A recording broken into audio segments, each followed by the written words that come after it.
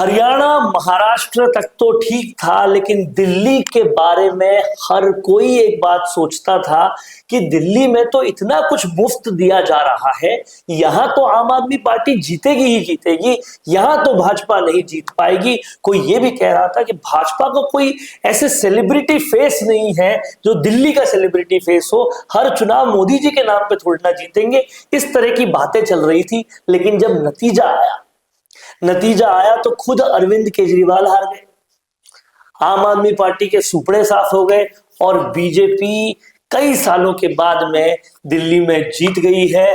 BJP में जीत का जश्न चल रहा है, दिल्ली में तो चल ही रहा है, राजस्थान समेत दूसरे राज्यों में भी चल रहा है। और क्या कुछ वजह रही भाजपा की इस जीत और आम आदमी पार्टी की हार की, इस पर बात करने के लिए मेरे साथ बीजेपी की रीढ़ की हड्डी वाले वो कार्यकर्ताओं में से एक जो साइलेंटली काम करते हैं और जिताने के लिए बहुत बड़े जिम्मेदार हमेशा होते हैं, ऐसे ही कार्यकर्ताओं में से एक और बीजेपी राजस्थान की जो भवन निर्माण समिति है उसका सारा काम देखने वाले दिनेश पोद्दार जी मेरे साथ है। सर, एक बार फिर जीत लगातार जीत, दिल्ली में भी जीत हो गई। ये सोचते थे लोग कि दिल्ली तो इतना मुफ्तखोरी चल रही है, सब मुफ्त में बांटे जा रहे हैं, वो तो नहीं जीत सकते। क्या करिश्मा हुआ, क्या जादू हुआ कि दिल्ली जीत गए? वरुण जी, देखिए, ये दिल्ली जो अरविंद केजरीवाल का बार बार नाम लेते हैं अपन, और जिस शख्स का अपन नाम ले रहे हैं, ये एक ऐसा शख्स है जिसने आज तक दिया क्या है? सिर्फ धोखा। और धोखा उसने राष्ट्र को ही नहीं दिया है। उसने, आप शुरू से देखिए उसका, कि जो उसके अपने खुद के लोग थे उनके साथ धोखा दिया उसने। आज प्रशांत भूषण को देखिए, शांति भूषण को देखिए, कुमार विश्वास जी को देखिए, जो इनके रीढ़ के हड्डी की तरह इनके साथ पार्टी में काम में लगे हुए थे, जो राष्ट्र के लिए काम कर रहे थे, और जिस उद्देश्य से ये लोग आए थे, क्या किया इन्होंने? उनकी स्थिति दी कि उनके साथ क्या किया उन्होंने? तो जो व्यक्ति इतना धोखेबाज हो, इतने अपने व्यक्ति के साथ धोखा कर सकता है, अपनी पार्टी के साथ धोखा कर सकता है, वो राष्ट्र का क्या काम करेगा? बहुत सारे वादे किए थे अरविंद केजरीवाल ने, यमुना की सफाई कर देंगे, बहुत कुछ कर देंगे, महिलाओं का, दिल्ली की महिलाओं को पूरी सेफ्टी दे देंगे। क्या वो वादे पूरे नहीं हो पाए या फिर कोई और कारण रहे? देखिए, जो वादे उन्होंने किए हैं, मुफ्त देने का समझो या यमुना का समझिए, यमुना में हजारों करोड़ रुपए उन्होंने खर्च कर दिए। साहब स्वच्छ करेंगे, इसको स्वच्छ करेंगे, क्या यमुना को स्वच्छ कर पाए वो? आज इतना बड़ा बजट, उतना सारा पैसा वहां लगाने के बाद में भी जो चीज को कर नहीं पाए, तो क्या मतलब है ऐसे बातों का? कई लोग कह रहे हैं कि वो सारा पैसा भी एक घोटाला था और केजरीवाल उस सारे पैसे को खा गए।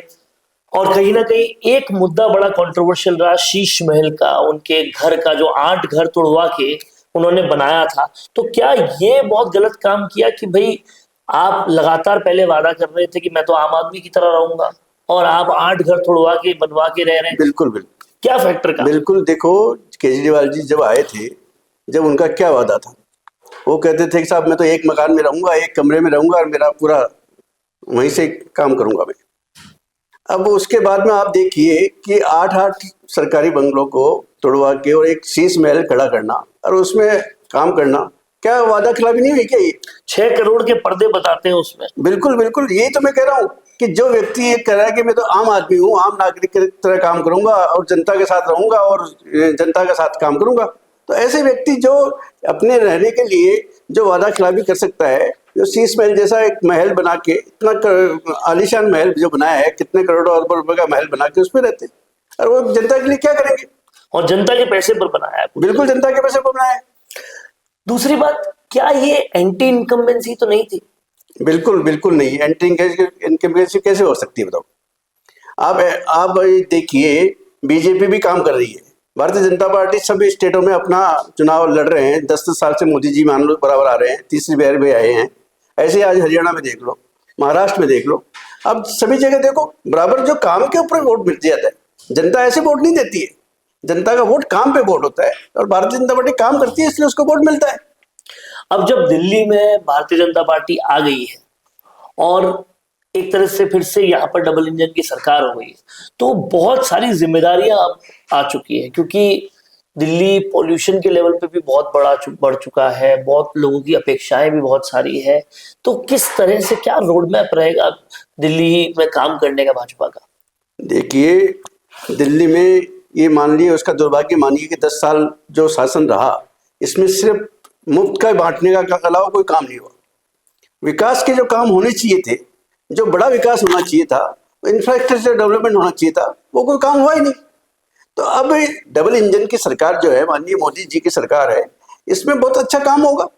डबल इंजन की सरकार रहते हुए पूरा काम विकास कार्य का एक मोड में बनेगा, किस तरह से काम करना है, जो आने वाले 5 साल में देखिएगा, पूरा दिल्ली को बिल्कुल दिल्ली की जो तस्वीर है उसको बदल दिया जाएगा। लेकिन केजरीवाल तो चलो हार गए, पर एक दूसरी तस्वीर यह है कि कांग्रेस 0/सन्नाटा आई है।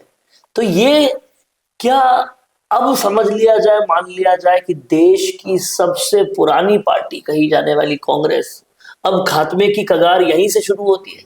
बिल्कुल बिल्कुल। देखिए, कांग्रेस का तो आप धीरे धीरे देखिए, ग्राफ देखिए किस तरह से डाउन कर, हर जगह शून्य शून्य शून्य। तो यही होने वाला है, और आने वाले समय में कोई बड़ी बात नहीं है कि इसका पार्टी का नाम ही शून्य पार्टी रख दिया है, ये जीरो पार्टी। तो क्योंकि हमेशा जहां भी देखो कोई खाता ही नहीं खुलता है। आज कहीं भी ले लो, कांग्रेस का अन्य का खाता खुल जाएगा, लेकिन कांग्रेस का नहीं खुलता है।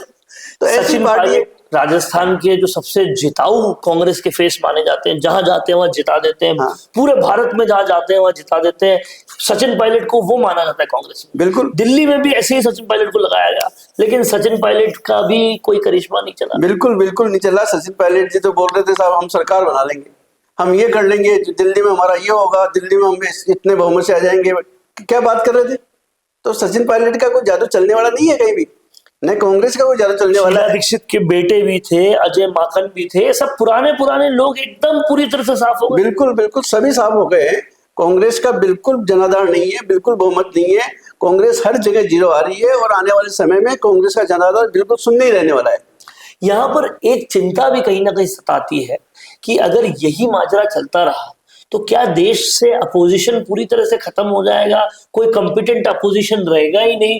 लगातार यही चीजें चल रही है, और आप देख रहे हैं कि इस पूरे इलेक्शन में एक और चीज भी पूरा नैरेटिव दिखा दिया कि जो वो इंडी गठबंधन था, वो एक दूसरे से लड़ते हुए भिड़ते हुए, कांग्रेस और केजरीवाल लड़ रहे हैं, कांग्रेस और सपा लड़ रही है, तो कांग्रेस को तो वहां से भी आउट कर दिया। बिल्कुल बिल्कुल। देखिए, ये जो इंडी गठबंधन की बात कर रहे हैं, जब 20-20, 30-30, 40-40 पार्टी को मिला कोई गठबंधन बनाओ, और जिनकी विचारधारा एक नहीं होगी, वो कैसे गठबंधन काम कर पाएगा? आप बताइए। आप केजरीवाल जी कई बार इधर जाते हैं, कई बार उधर आते हैं, कई बार समर्थन देते हैं, नहीं देते हैं, तो ऐसे कोई चल सकता है क्या? और जिस गठबंधन में कोई उसका वजूद ही नहीं हो, जिस गठबंधन में कांग्रेस खुद अपने आप में वजूद नहीं रखती है, वो अपने आप को कहती है मेरे को मठाधीश बना दो, तो कैसे बन सकती है वो? तो इस तरह से वो गठबंधन चलने वाला नहीं है, और आने वाले समय में गठबंधन का कोई औचित्य नहीं रहने वाला है। एक बीजेपी कार्यकर्ताओं को आप बहुत ही क्लोजली उनके साथ रहते हैं, आपने सारे जो भवन हैं वो उनकी सुख सुविधाएं देखते हैं, बीजेपी के सारे भवनों की। तो बीजेपी कार्यकर्ताओं में अब किस तरह से स्फूर्ति आ चुकी है, उत्साह आ चुकी है, कैसे एंथुजियाज्म आ चुका है इस जीत के बाद में? बिल्कुल। देखो, दिल्ली की जो जीत है वो माननीय प्रधानमंत्री जी की जीत कहो, चाहे भारतीय जनता पार्टी की कहो, चाहे दिल्ली की जनता की कहो, क्योंकि दिल्ली की जनता ने स्पष्ट बहुमत दिया है। वो इसी बेस पे दिया है कि वास्तव में सरकार जो सरकार का कार्यकाल रहा है, केंद्र सरकार का काम रहा है, पूरे देश में जो काम कर रही है भाजपा, उसके आधार पे उसी जनाधार को देखते हुए, उसी चीज को देखते हुए, विकास को देखते हुए काम किए दिया है वो। एक बात मैं आपसे, क्योंकि आप इस प्रश्न के लिए सबसे सही और उपयुक्त आदमी हैं, आपसे एक बात पूछना चाहता हूं कि ये बीजेपी की जो जीत की सबसे बड़ी मशीनरी है, उनके एक साइलेंट जो टीम काम करती है, जिसमें आप भी लगातार पन्ना प्रमुख से लेकर हर छोटे से छोटे ओहदे से लेकर बड़े से बड़े ओहदे पे रहे हैं, वो टीम आखिर करती क्या है ऐसा कि मतलब हरियाणा में भी चुपचाप सतीश पूनिया जी जाते हैं और कुछ लग जाते हैं काम में, मतलब आदमी बोलता ही नहीं है, काम ही बोल के निकल जाता है। होता क्या है आखिर? देखो, टीम, हालांकि संगठन सब कुछ होता है, संगठन सर्वोपरि है, संगठन काम करता है अपना, लेकिन संगठन सिर्फ संगठन ही नहीं होता है, साथ में विकास के जो काम किए हमने 10 साल में, जो मोदी जी द्वारा जो काम हुए हैं केंद्र सरकार की नीतियों के तहत या अन्य जितने भी काम विकास के चल रहे हैं, उन सब कार्यों को यदि अपन जनता के पास पहुंचाएंगे, कहेंगे साहब देखो ये काम इस तरह से कर रहे हैं हम लोग, तो जनता उसको देखती है, समझती है। जनता बेवकूफ थोड़ी है, जनता विकास के मुद्दे पे वोट देती है, काम के मुद्दे पे वोट देती है। तो संगठन का जो सिपाही है वो यदि नीचे के व्यक्ति तक, हर प्रत्येक जनता तक पहुंचेगा तो अपने आप उसका असर आएगा। और क्यों नहीं पहुंचेगा जब वो ऐसी पार्टी से जुड़ा रहेगा जहां पर संगठन के सिपाहियों को हर जगह मौका भी मिलता है और जो पार्टी हर टाइम जीत का परचम लहराती है, तो वो कार्यकर्ता उत्साहित एकदम रहता है। अब दिल्ली जिसको अभेद किला माना जाता था उसको भी भेद लिया भाजपा ने। क्या उसके बाद अगला टारगेट कौन सा अभेद किला है? क्या बंगाल अगला टारगेट है?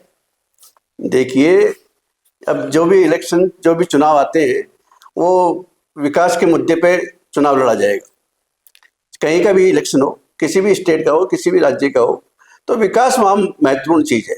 और हमने विकास किया है, माननीय प्रधानमंत्री जी की जो नीतियाँ हैं और जो आने वाले समय में जो आ रही हैं, जो विकास के काम होने वाले हैं, उसके तहत हम पूरा प्रयास कर रहे हैं कि विकास के मुद्दे को जन जन तक पहुँचाएँ, आखिरी छोर तक बैठे व्यक्ति तक पहुँचाएँ।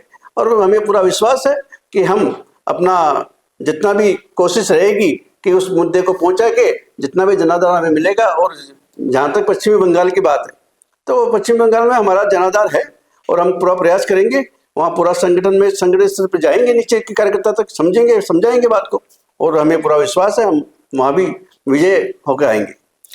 कुछ भी हो, एक बात तो पूरी तरह से तय है कि बीजेपी के अपोजिशन वाले भी, बीजेपी के धुर विरोधी भी एक बात को मानते हैं कि ये वो पार्टी है जो एक चुनाव खत्म होते ही अगले चुनाव की तैयारियां शुरू कर देती है। ये वो पार्टी है जिसमें इतने जबरदस्त तादाद में कार्यकर्ता होने के बाद भी डिसिप्लिन, अनुशासन बरकरार रहता है। और ये वो पार्टी है जहां छोटे से छोटा कार्यकर्ता कहो या संघ के लोग कहो, पूरे अनुशासन से लग जाते हैं और पूरे निस्वार्थ भाव से लग जाते हैं, और इसीलिए कहीं ना कहीं जीत जाते हैं हर बार।